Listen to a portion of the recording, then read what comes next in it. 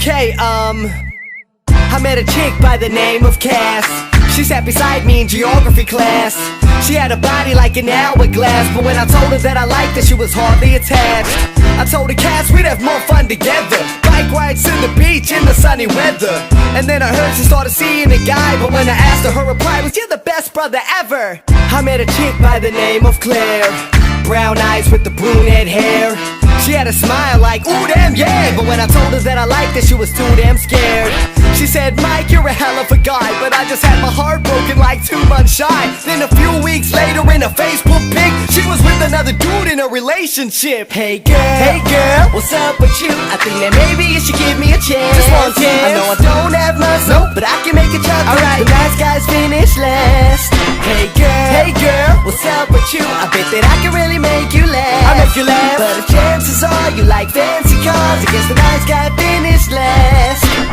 I met a girl by the name of Ruby. We had fun playing Call of Duty. I said, "It's true, yeah, you got a tight booty, but you need to realize I want your inner beauty." I told her, "Ruby, you're a straight out 10." But when she saw that I was into her, she made that end. And did I mention she was French with a great accent? But all I got was, "Oh my god, you're like my gay best friend."